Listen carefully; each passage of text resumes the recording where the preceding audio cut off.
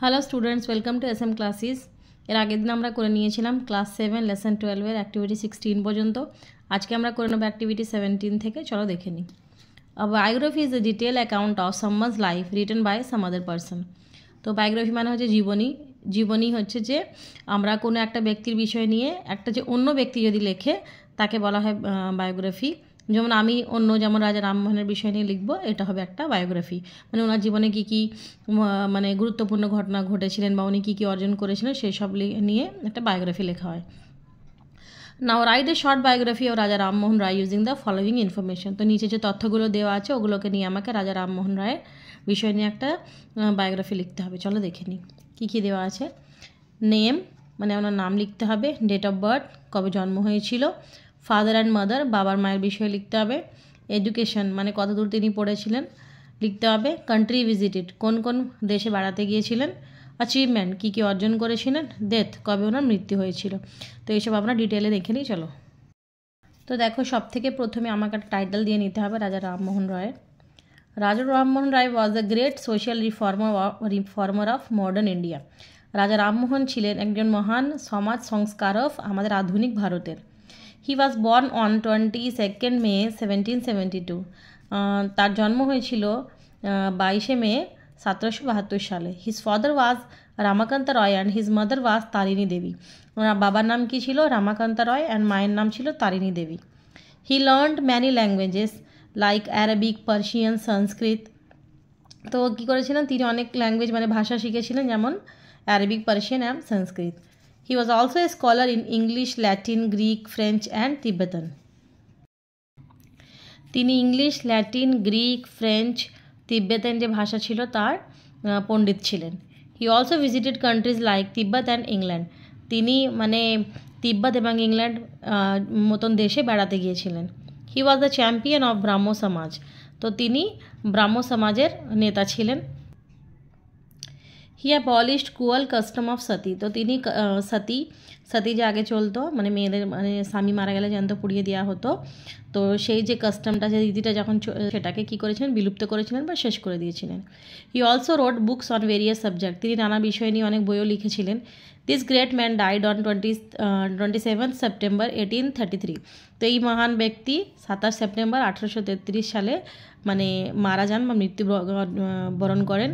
His body was buried in Bristol, England. তো তার যে দেহটা ছিল মানে মৃতদেহটা ছিল সেটাকে ইংল্যান্ডের ব্রিস্টল শহরে দাফন করা হয়।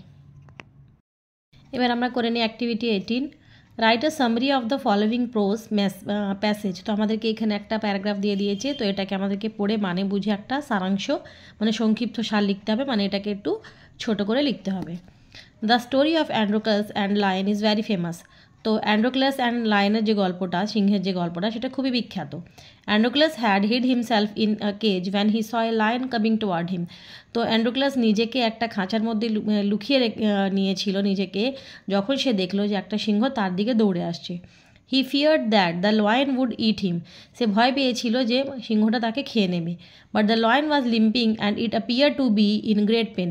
কিন্তু সিংহটি খুঁড়িয়ে আসছিল এবং মনে হচ্ছিল যেন যে সে খুবই মানে কষ্টের মধ্যে আছে, খুবই যন্ত্রণার মধ্যে আছে।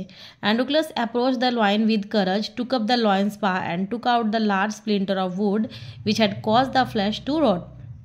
অ্যান্ড্রোক্লাস কী করেছিল? উইথ কারেজ মানে সাহসিকতার সাথে লায়নের যে মানে সিংহের যে পাটাকে সেটা তুলে নিয়েছিল। স্প্লিন্টার অফ উড মানে হচ্ছে যে কাঠের টুকরো। তো ওই কাঠের টুকরোটা মানে এই যে সিংহের পায়ের মধ্যে ফুকে গিয়েছিল এবং তা থেকে তার যে যেখানটা যে কাঠের টুকরোটা ফুকেছিল সেখানে যে মাংসটা সেটা পচে গিয়েছিল। The lion was soon relieved of pain and it was very grateful to Androclus.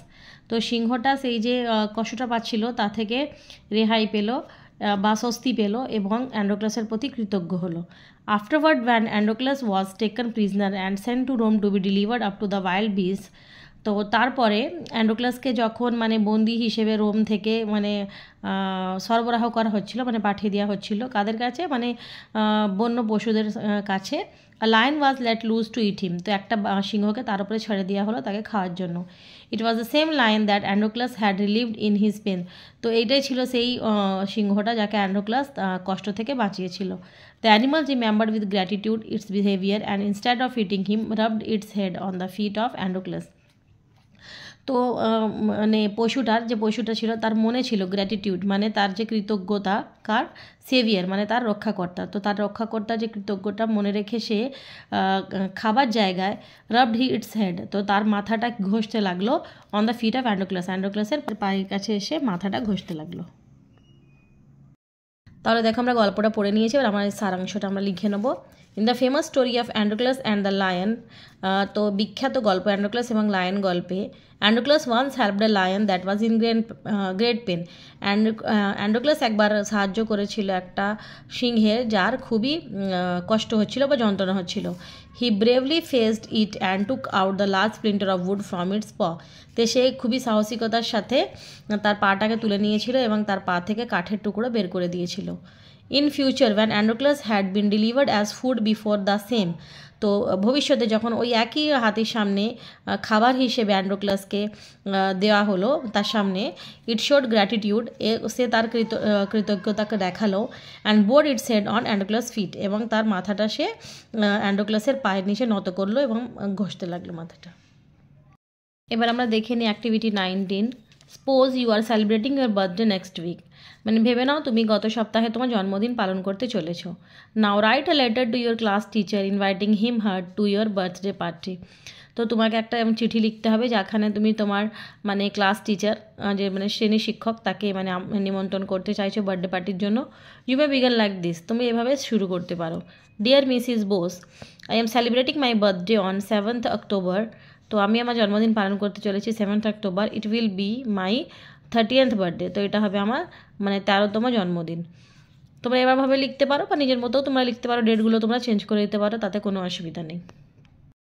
তাহলে দেখে নাও, সব থেকে প্রথমে তোমাকে এখানে নিজের অ্যাড্রেস লিখে দিতে হবে। আমি এখানে এই অ্যাড্রেসটা দিয়েছি, তোমরা যে যার অ্যাড্রেস লিখে দেবে। ডিয়ার মিসিস বোস, প্রিয় Mrs Bose, I am celebrating my birthday on the 22 November, আমি আমার জন্মদিন পালন করতে চলেছি 22শে নভেম্বর। তোমরা এখানে অন্য ডেট দিতে পারো, যদি তোমরা মানে যেদিন তোমরা এই লেটারটা লিখবে তার কাছাকাছি কোনো ডেট দিলে তাহলে এটা ভালো হবে। It will be my 14th birthday, তো এটা হচ্ছে আমার মানে 14তম জন্মদিন, তোমরা 13তম 12তম তোমার যেটা ইচ্ছা লিখতে পারো। My parents have arranged a party on that day, তো আমার বাবা মা একটা পার্টি অ্যারেঞ্জ করেছে সেই দিনে। I am very much expecting you and your blessing, তো আমি আশা করছি আপনার জন্য এবং আপনার আশীর্বাদের জন্য। My family will also be glad, আমার পরিবারও খুব খুশি হবে। Please manage some time and come to our house on that day, please আপনি সময়টাকে আপনি একটু ম্যানেজ করে আমাদের বাড়িতে সেদিন নিশ্চয়ই আসবেন। I will be really blessed, আমি নিজেকে খুবই ধন্য মনে করব। তারপর তোমরা লিখে নেবে ইউ আর সিনসিয়ারলি, মানে আপনার বিশ্বস্ত বা আপনার আন্তরিক, ইউর নেম এখানে নিজের নাম লিখে দেবে, এখানে মানে একটা অ্যাড্রেস লিখে দেবে, আমি এটা নিয়েছি, তোমার যে কোনো একটা অ্যাড্রেস এখানে লিখে দিতে পারো।